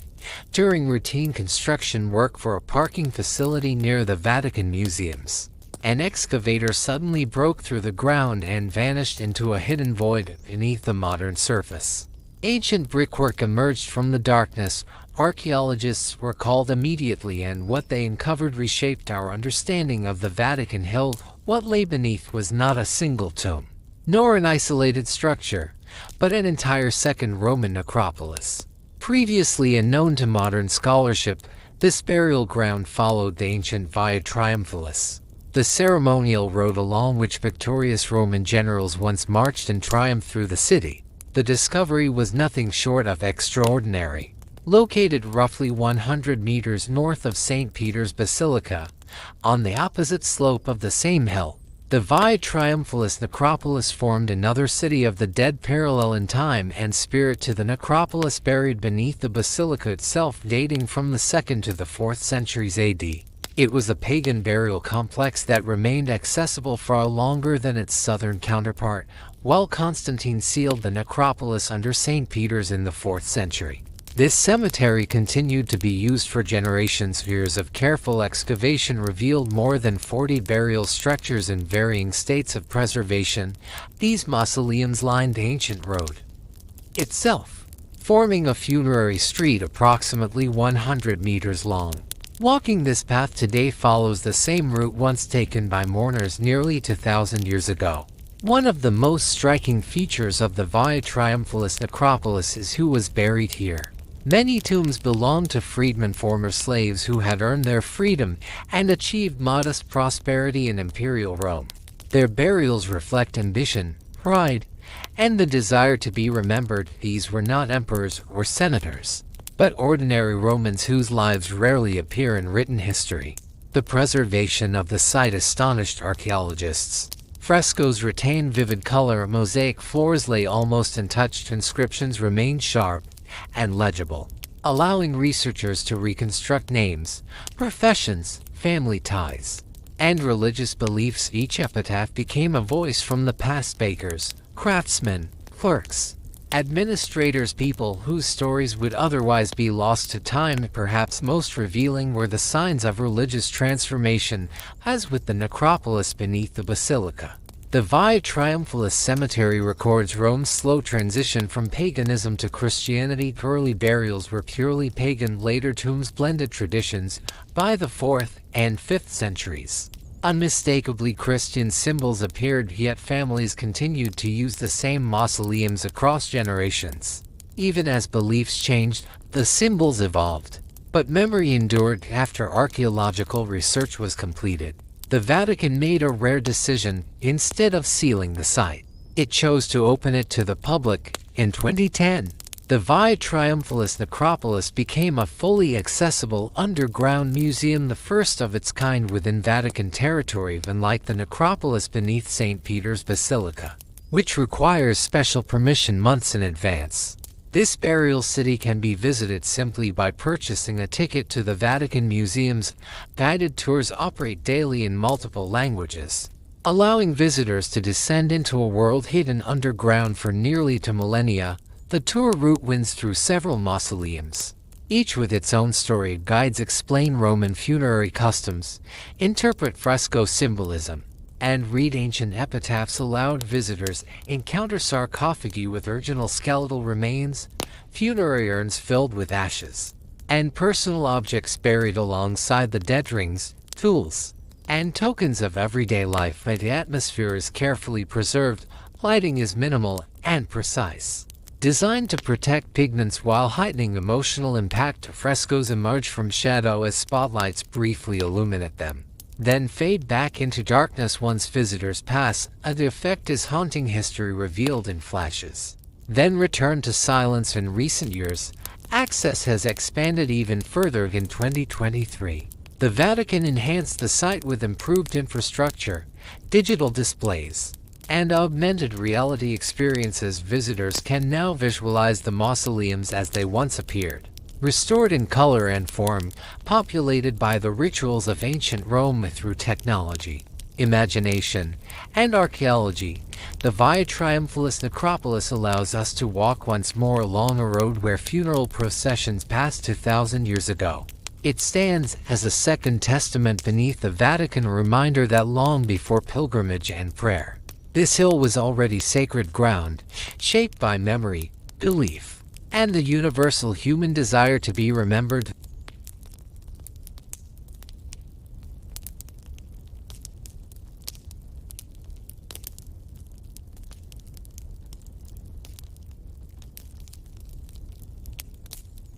The future of Vatican archaeology radar, 3D scans, and DNA of the exploration of the Vatican's underground world did not end with the great discoveries of the 20th century. In fact, it has only entered a new phase in the 21st century. Archaeologists are returning to the depths beneath the Holy See armed with tools that earlier generations could scarcely imagine today.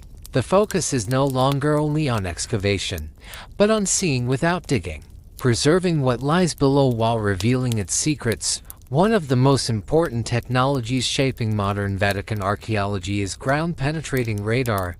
Instead of shovels and picks, scientists now move antennae slowly across floors and courtyards. These instruments send radio waves deep into the ground. When the waves encounter voids, walls, or buried structures, they bounce back, creating detailed images of what lies hidden below. In this way, entire underground rooms can be mapped without disturbing a single stone. Using this method, researchers in recent decades have identified several previously unknown structures beneath Vatican Hill. One turned out to be a Roman residential building dating to the 2nd century AD, older than the necropolises themselves, suggesting that everyday life once unfolded here, before the area became a city of the dead. Another discovery revealed a system of underground tunnels whose purpose remains unclear. These spaces have been detected, mapped, and documented, but for now they remain untouched, waiting the moment when technology and necessity allow for safe exploration. Equally transformative is three-dimensional laser scanning. High-resolution scanners record every surface of the necropolises with astonishing precision: every crack in a wall, every curve of a mosaic, every letter of an inscription. These scans produce digital replicas accurate to the millimeter. Computers continuously compare new scans with older ones, instantly detecting even the smallest changes caused by humidity, vibration, or time itself. These digital models also allow scholars around the world to study the Vatican's underground heritage remotely. Archaeologists no longer need to physically descend into narrow corridors to analyze a fresco or inscription. Instead, they can examine the site virtually, rotating and magnifying details that would be difficult to observe in person. Another powerful tool reshaping research is multispectral photography. By photographing surfaces in different wavelengths from ultraviolet to infrared, scientists can reveal details invisible to the naked eye. Faded graffiti suddenly reappear, worn inscriptions regain legibility. Symbols thought to be lost forever emerge from stone walls, restoring voices long silenced by time. The study of human remains has also been revolutionized. Radiocarbon dating provides precise timelines for burials, while DNA analysis transforms skeletons into individuals with identifiable traits. Researchers can determine age, sex, geographic origin, diet, diseases, and even family relationships between people buried in the same mausoleum. Bones that were once anonymous become stories: fathers and children, siblings, migrants, locals woven into the social fabric of ancient Rome. Chemical analysis has deepened our understanding of ancient art as well. By examining pigments and binding agents in frescoes, scientists have identified where materials were sourced and how artists worked. Red ochre came from specific regions of Italy. Blue lapis lazuli traveled thousands of kilometers from Afghanistan, revealing trade networks that connected Rome to distant worlds. These findings remind us that even underground tombs were part of a vast, interconnected ancient economy. Preservation is just as crucial as discovery. Networks of sensors now monitor temperature and humidity in real time, adjusting conditions automatically to protect fragile surfaces. This is essential because the presence of visitors' breath, body heat, moisture can slowly damage ancient materials. Technology allows the Vatican to balance access with conservation, ensuring these spaces endure for future generations. Modern archaeology is also changing how the public experiences the past. Virtual and augmented reality allow visitors to see mausoleums as they once were, walls glowing with fresh paint, floors intact, furniture and offerings in place, with digital overlays. The ancient world comes alive, especially for younger audiences who may struggle to imagine ruins as once living spaces. None of this work happens in isolation. The Vatican has become a hub of international collaboration, bringing together experts from Rome, Oxford, Harvard, Tokyo, and beyond. Archaeologists work alongside physicists, chemists, anthropologists, engineers, and art historians. This interdisciplinary approach allows the underground Vatican to be studied not as a collection of isolated artifacts, but as a living system shaped by culture, belief, technology, and time. And despite all these advances, vast portions of the underground Vatican remain unexplored. Radar images still show voids and corridors whose contents are unknown. Each technological breakthrough reveals more questions than answers. The future of Vatican archaeology is not about uncovering everything at once, but about learning how to listen carefully to what the ground is willing to reveal. Beneath the Holy City, the past is still speaking, and with every new scan, every digital model, and every decoded inscription, we are learning how to hear it more clearly than ever before.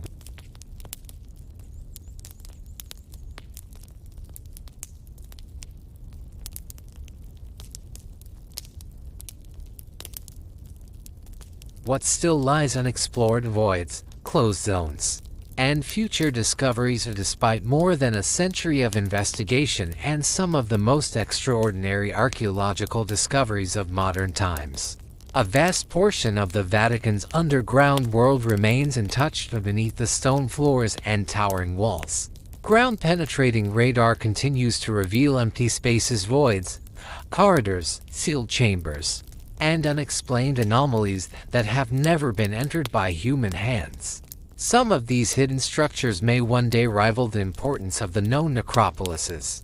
Others may prove to be forgotten cellars or abandoned service tunnels. Yet until they are explored, each void is not an absence but a question. Many of these areas remain inaccessible for reasons of safety. Beneath parts of the Vatican Palace and the museums lie ancient structures so deeply embedded beneath Renaissance and Baroque architecture that excavation would risk catastrophic collapse. Even with modern engineering, the danger of damaging irreplaceable masterpieces above is too great. These zones have been deliberately sealed and documented only through non-invasive methods, preserved in silence until technology evolves enough to allow safe entry. Other sections of the underground remain closed not because of fragility, but because of security and sovereignty. Cold War bunkers, modern tunnel systems connected to Vatican security, and chambers where priceless artifacts are stored are accessible only to a select few. The Vatican is not merely a museum or a historical site, it is a living state. Some spaces beneath it serve present-day functions, and not all secrets are meant for public eyes. Yet speculation continues to grow around what may still lie hidden. Some archaeologists believe that the remains of imperial villas possibly belonging to Caligula or Nero may survive beneath later layers of construction. Ancient sources describe luxurious residences on Vatican Hill, and if their foundations remain intact, they could offer unprecedented insight into the private lives of Rome's most infamous emperors.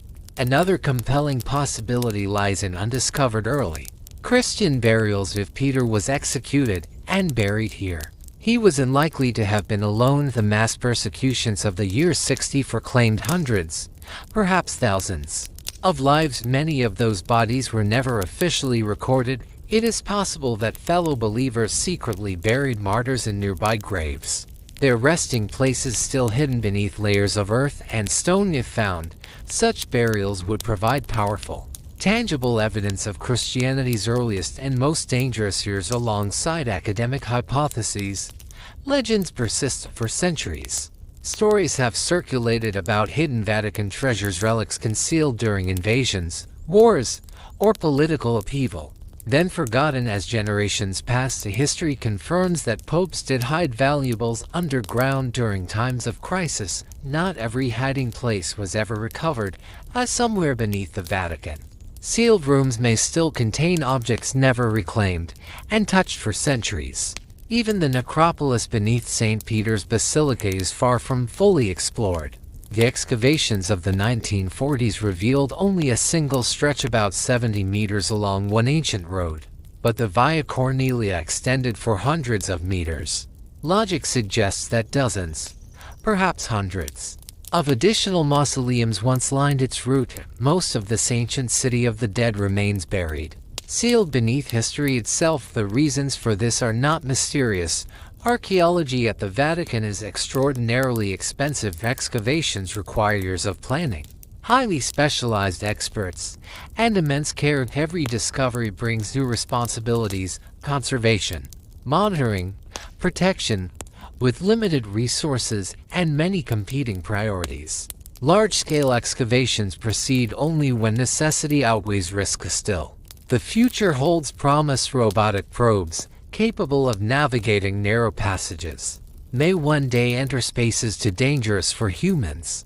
Advances in geophysical imaging may produce maps detailed enough to reveal entire underground networks without excavation.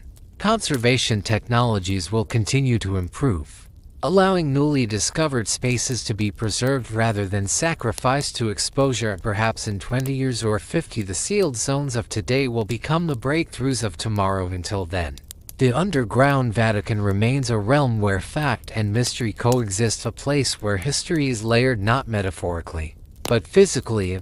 Pagan Rome lies beneath Christian altars. Medieval corridors run above imperial graves. Modern bunkers cut through ancient stone. Time itself is stacked beneath the holy city.